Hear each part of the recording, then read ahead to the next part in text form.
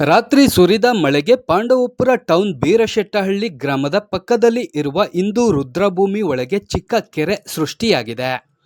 ಹೌದು, ಪಾಂಡವಪುರ ಟೌನ್ ಪುರಸಭೆ ವ್ಯಾಪ್ತಿಯ ಬೀರಶೆಟ್ಟಹಳ್ಳಿ ಗ್ರಾಮಕ್ಕೆ ಹೊಂದಿಕೊಂಡಂತೆ ಇರುವ ಇಂದು ರುದ್ರಭೂಮಿ ರಾತ್ರಿ ಸುರಿದ ಮಳೆಯ ನೀರಿನಿಂದ ತುಂಬಿ ಚಿಕ್ಕ ಕೆರೆ ಸೃಷ್ಟಿಯಾಗಿದೆ. ಇದನ್ನೇ ಅನುಕೂಲ ಮಾಡಿಕೊಂಡಿರುವ ಕೆಲವು ದುಷ್ಟರು ಇಂದು ರುದ್ರಭೂಮಿಯ ಒಳಗೆ ಮಾಟ ಮಂತ್ರಗಳನ್ನು ಮಾಡಲು, ಕೆಟ್ಟ ಚಟುವಟಿಕೆಗಳನ್ನು ಮಾಡಲು ಅಡ್ಡ ಮಾಡಿಕೊಂಡಿದ್ದಾರೆ. ಇದರಿಂದ ಅಕ್ಕಪಕ್ಕದಲ್ಲಿ ಇರುವ ರೈತರು ಜಮೀನುಗಳಿಗೆ ತೆರಳಲು ಭಯದ ವಾತಾವರಣವೇ ಸೃಷ್ಟಿಯಾಗಿದೆ. ಪುರಸಭೆ ವ್ಯಾಪ್ತಿಯಿಂದ ಹಾಗೊಮ್ಮೆ ಹೀಗೊಮ್ಮೆ ವರ್ಷಕ್ಕೊಮ್ಮೆ ಒಂದು ಸಾರಿಯಂತೆ ನಡೆಸುವ ಸಣ್ಣ ಪುಟ್ಟ ಕಾಮಗಾರಿಗಳು ಕೆಲಸಕ್ಕೆ ಬಾರದಂತಾಗಿದೆ.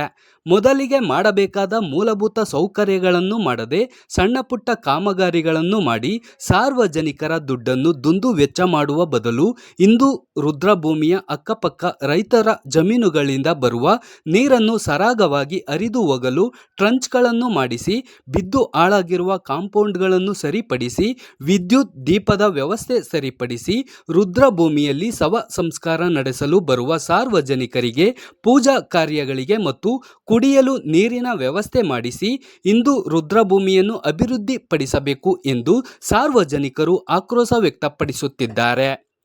ಈ ಪರಿಸ್ಥಿತಿಯನ್ನು ನೋಡಿ ಸಂಬಂಧಪಟ್ಟ ಅಧಿಕಾರಿಗಳು ಸ್ಥಳಕ್ಕೆ ಭೇಟಿ ನೀಡಿ ಪರಿಶೀಲಿಸುವರೇ ಎಂದು ಕಾದು ನೋಡಬೇಕಾಗಿದೆ.